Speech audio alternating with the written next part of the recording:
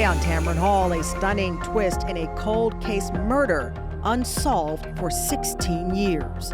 A man believed to be a friend of the victim arrested and now charged with murder. How the family now says the popular true crime podcast Black Girl Gone helped lead investigators to a break in the case. My heart just dropped into my stomach because I couldn't believe it. I'm like, wait, is this real? And then a case that captivated the nation, the couple behind Netflix's American Nightmare. Once accused of being a real-life gone girl, an unexpected turn, and what this couple is doing now. True crime making headlines. Tamron Hall starts now. Welcome to the show. Welcome to the show. Thank you so much for being here. Welcome to the show. Thank you. Thank you. Welcome to the show today. You can tell by the tone of the walkout and the tone of how we're starting. This is one of those shows that's always challenging to do, but I think it's so important. Often our guests reach out to us with follow-ups to their stories and updates on what happened after they left this studio and after the show aired on broadcast. And when our first guest reached out to tell us about their update, I knew we wanted to have her back. Rosey Rosemond joined us earlier this year, along with the host of the popular true crime podcast, Black Girl Gone, Amara Cofer.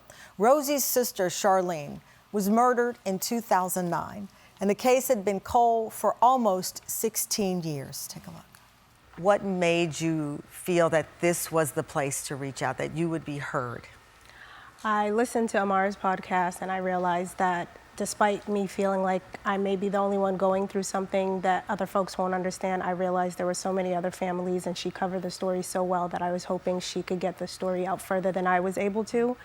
And I just reached out and hoped that I would hear back, and she responded rather quickly, and I was grateful she was able to share my sister's story. Which is incredible that you were able to answer, because as you pointed out, you get a lot of people in. What was it about Charlene's case?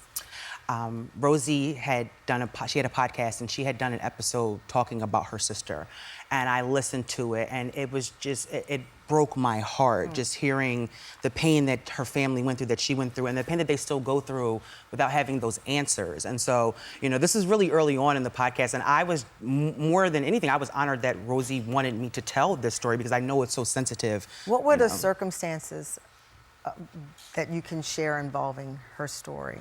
Well, my sister at the time she went to work one day and she had told my mom that morning that she was going to buy a car from a friend who was able to get her a discount. So she left the house with the money that day. Later on that evening, she spoke to my mom, said, "I'm heading home." She never mentioned whether or not she was able to get the car, but she said, "I'm heading home." And she didn't arrive home that evening, and she ended up going missing for 6 days before they found her body in my father's vehicle, which she was borrowing, and she was found shot in the head. It's been 15 years since Charlene's murder, and the goal is to keep her story in the forefront. As I said, and Amara, reminding people, this is your sister. Yes. This is someone who was loved. This is someone who is missed. And that is what drives you to keep her story out and to get justice here. Yes. Yeah, I definitely want to get justice. My parents are aging. It's broken our family apart. My parents, just seeing them go through life having lost my sister has been very tough. But I fight for not only myself, but for my parents to get the justice. Thanks to Rosey's tireless persistence, this spring, there was finally a break in the case. On April 10th, 16 years almost to the day since Charlene was last seen alive, Hensky Anacreon, one of the friends Charlene thought she was buying a car from, was arrested and charged with first-degree murder, an accusation he denies. His arrest made headlines across the country. Amara and Rosey join us in studio. Please welcome them back.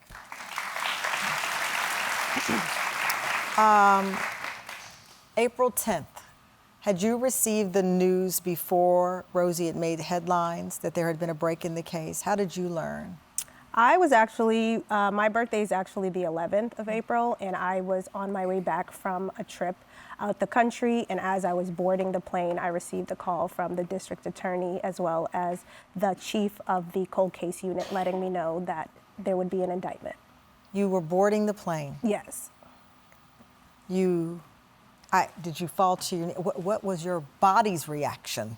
I was in shock. Once they called, they asked me to call my father and put him on the line, so I assumed they had something important to tell us.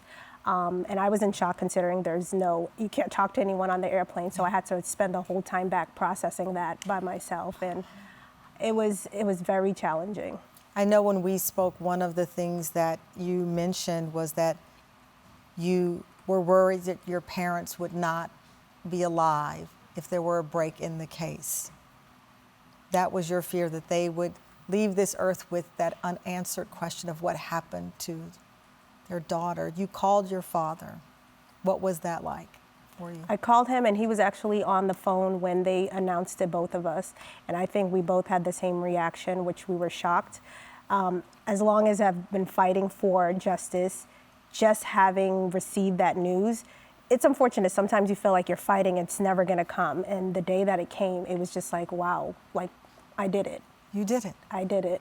And Amara, that is why you do your podcast, and that's what attracted you to Rosey in the first place. She was trying to sound the alarm and feeling unheard, feeling that because her sister is Black, because it's not this headline on the news of what often is covered when someone goes missing, that her death would just be, it would vanish. Yeah. And when she reached out to you, this formidable duo here was determined to find an answer. When you heard that there'd been this arrest, what was your reaction? Kind of, I'm not as connected, obviously, to the story as Rosey being the sister of Charlene. But when I saw the news that she posted it on her Instagram feed, and I was just scrolling, and I saw it, and my heart just like dropped into my stomach because I couldn't believe it. I'm like, wait, is this real? And I Googled it, and I looked back at her page, and I was like, oh my God, like it happened. Like they finally found the person that did this. And like you said, it's the reason why I started my show. It's the reason why I wanted to tell Charlene's story, is because I wanted this to happen for Rosey and her family, for them to get that those answers that they had been looking for. Coming up, the podcast, The Sister Who Wanted Answers, and where the case stands now. We'll be right back. Next, more about the man Charlene Rosemond believed was her friend, now charged with her murder. Coming up.